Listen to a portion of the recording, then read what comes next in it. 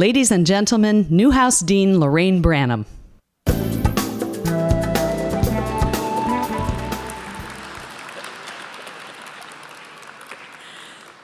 We at the Newhouse School are honored this year, as we have been for the past 11 years, to recognize and reward the very best in media industry reporting. We established these awards to help illuminate the important role of journalists and journalism in our democracy, and to encourage the news media to examine its own work. I'm sure many of you will agree that this mission seems more pressing now than ever. A lot of us, myself included, got into journalism because we were inspired by its importance and power and the ability to make a difference. These things haven't changed, and today's finalists and winners are a reminder of that, and a reminder of the fact that we need to keep championing journalism as a centerpiece of democracy. Journalism matters. Some people in our country, as you know, have lost sight of that fact, or worse, are trying to obscure it. The stakes are high in this post-truth era, but all of us, journalists, journalism educators, and especially journalism students, just keep fighting the good fight. I know we're up to the task. Fortunately, we have incredible role models. Today we recognize legendary journalist Tom Brokaw with the Fred Dressler Leadership Award.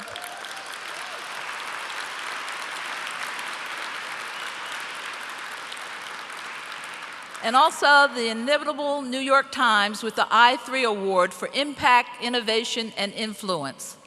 I want to thank Mr. Brokaw for being here today, and thank special guests Andrew Lack, Dean Baquet, and Arthur Sulzberger Jr. for helping us honor them with these awards. I also need to thank our luncheon co-chairs, John Miller and Dana Zimmer. We really appreciate your help. And of course, our mistress of ceremonies, Jenna Bush Hager.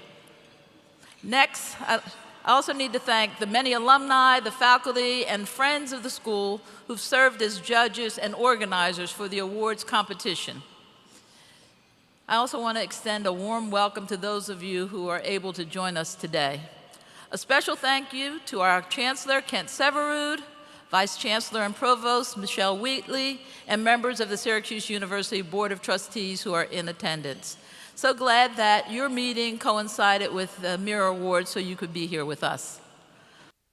Ladies and gentlemen, please welcome our MC for the afternoon, Jenna Bush Hager. Thanks, everybody. Although I will say I preferred Mistress of Ceremonies. Sounded really risque. Thank you so much. I'm delighted to be with all of you today, and I'm very happy to honor the men and women whose work reminds us all of how important journalism is to our democracy and our society. Now, most of you probably read that I was going to be the MC and thought, isn't that the same person that stuck her tongue out at us a decade ago? And the answer is yes, it was me, and yes, it was a decade ago. But I think, which is so sad, I was in my 20s, but I do think we've realized this year more than ever how important journalists are. I also know the importance of keeping this along. Katie Couric just kicked me under the table and said, make this speedy.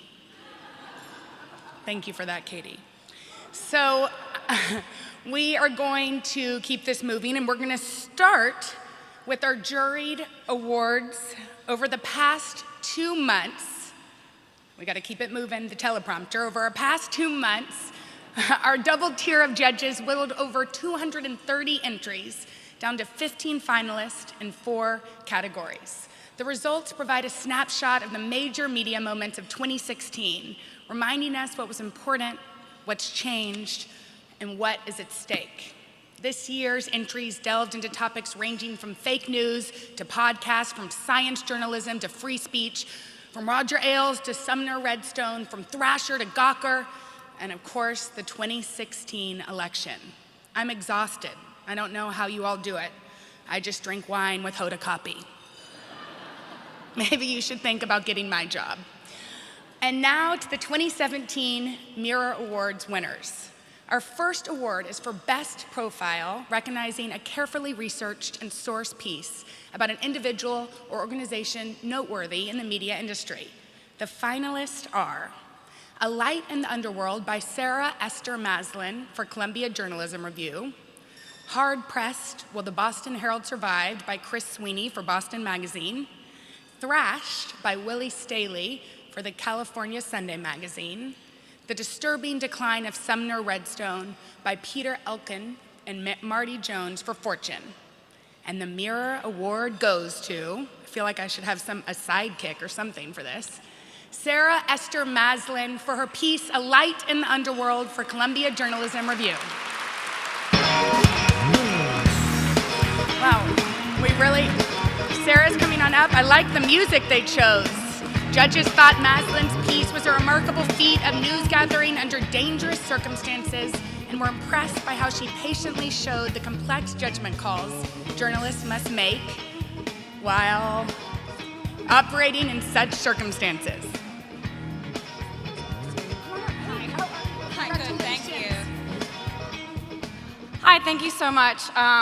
I guess I just want to dedicate this to the journalists in El Salvador and throughout the world who are trying so hard to report the news in circumstances that most of us can only imagine.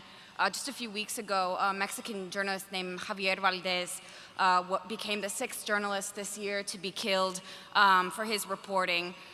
He wrote about narco trafficking and drugs, and those kind of circumstances are faced by journalists all around the world. So, let's keep doing our job, but also keep in mind it's so important for these kinds of events to support journalists not only here in the media world, but also throughout the world. Thanks. Thank you so much. Thank you. Next up, we have the Mirror Award for Best Single Article or Story.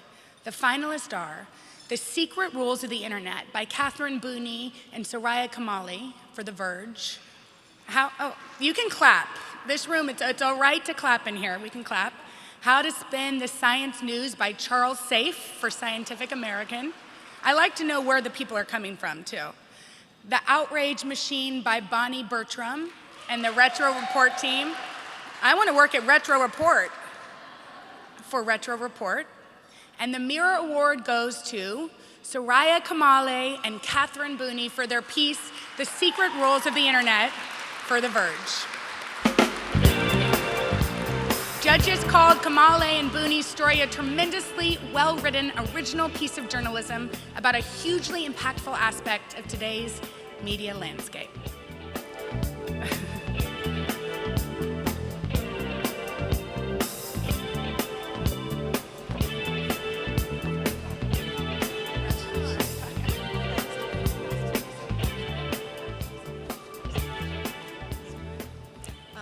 So thank you so much. We really are tremendously honored to be here. We'd like to take the time to thank the Nation Investigative Fund that not only helped us do this work in terms of supporting our work and funding us, but also a tremendous amount of time shaping the story and deciding what and how we would be writing. Also, we'd like to thank The Verge. This process took us more than 2 years. And about 6 months of writing and editing. And it happened at a tumultuous time politically. And the issue of how free speech is being regulated is, I think, front and center, not just for journalists, but for everyday people in a way that maybe it wasn't before. So we're very grateful for the opportunity and also for this honor. Yes. And I'd like to add, it's a pleasure to be here in honor. I want to thank the Women Action in Media. It's a group where Soraya and I met. They do a tremendous job supporting women journalists. And also the many people who trusted us with our stories to tell a story that's largely kept hidden. We set out with the goal to humanize and materialize a very abstracted process that has incredible power over our public, now privately held commons. Yes. So, Anyway, thank you. Thank you so much.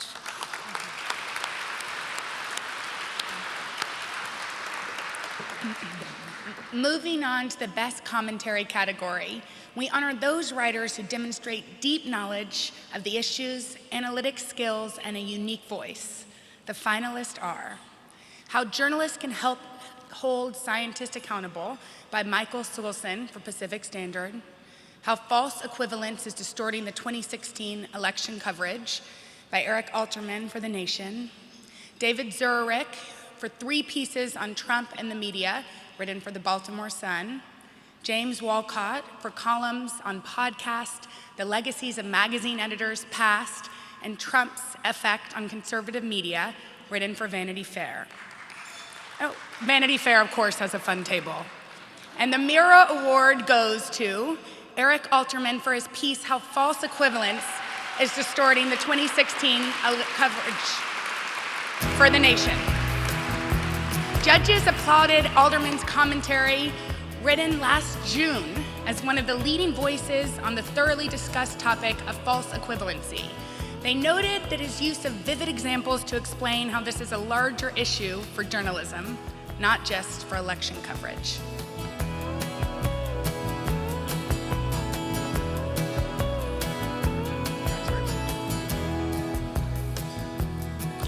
Thank you. Thank you. I'm usually a bridesmaid at these things. One year I was a bride. It was 5 years ago. I think it was the year before they had any money attached to these awards, which is fitting for someone who is a columnist for The Nation. And that year I won for a column about Fox News. I argued that Fox News was not a media organization. It was something different, and we should stop treating it like a media organization. And today I'd like to offer my apologies for that column to the ghost of Roger Ailes, to Bill O'Reilly, to Sean Hannity, and to everybody there. Sean Hannity especially for the reporting on the vicious Democratic murder of its staffer recently.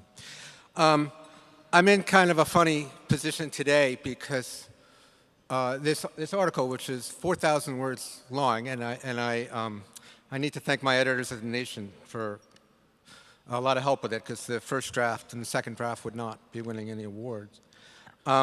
It's largely a criticism of the New York Times, which is being honored today, quite appropriately. I'm a Jew from New York, and I'm a professor of media history, and I've been a media columnist for almost 30 years. And in each of those roles, no institution has been more important to me than the New York Times. I would go so far as to argue that it's the single most important private institution in the preservation of American democracy, and probably the best and most important media institution in the history of the English language, on the one hand. On the other hand, and I'm not going to go nearly as far as I would like to, both for the sake of time and the sake of comedy, C-O-M-I-T-Y, not E-D-Y. There's a cancer at the heart of the New York Times political coverage, and that's the cancer of false equivalence. It's a very dangerous thing. The New York Times is probably no better, no worse than any other major media institution on this issue. But as I said, it's the leading institution. It's the most important and influential media institution. If the New York Times does something, that makes it okay. And I really don't think we'd have a psychopath as our president today if the New York Times took the question more seriously of saying, on the one hand, Donald Trump or X person did this, but on the other hand, somebody's fingernails were dirty somewhere else. So I'm not going to go on and on about this, and I do congratulate the New York Times and think that award is entirely appropriate. But I just ask you to take some time and read the article and see what you think, and let people know. So thanks very much. I appreciate it.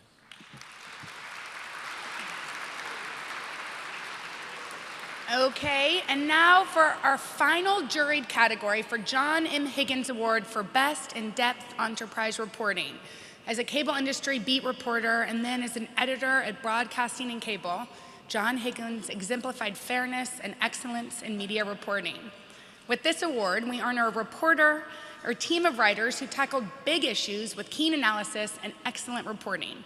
The finalists for the 2017 Higgins Awards are Laura Seidel, Robert Smith, and Luke Vander Ploeg for 2 pieces on fake news creators written for NPR and Planet Money, Ryan Mack and Matt Drange for 3 pieces detailing the Hulk Hogan lawsuit against Gawker, written for Forbes. I like your enthusiasm, Forbes.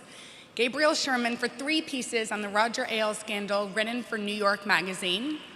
Craig Silverman and the BuzzFeed team for 5 pieces in a BuzzFeed news series on fake news. And the Mirror Award goes to Gabriel Sherman for his reporting on Roger Ailes and Fox News for New York Magazine. Judges appreciated how Sherman led the way on this story almost single-handedly, driving coverage while everyone else played catch-up. They described his work as a testament to solid sourcing, deeply rooted and deftly written in jaw-dropping detail. Well, thank you. I'll save the speech on Fox News because Eric just gave it. But I'd like to thank the judges of the Mirror Awards for this honor, and most of all, my editors at New York Magazine, Adam Moss and Lauren Kern, who supported me through what was at times very challenging reporting, and I think led to the coverage last summer that is being honored today. So thank you.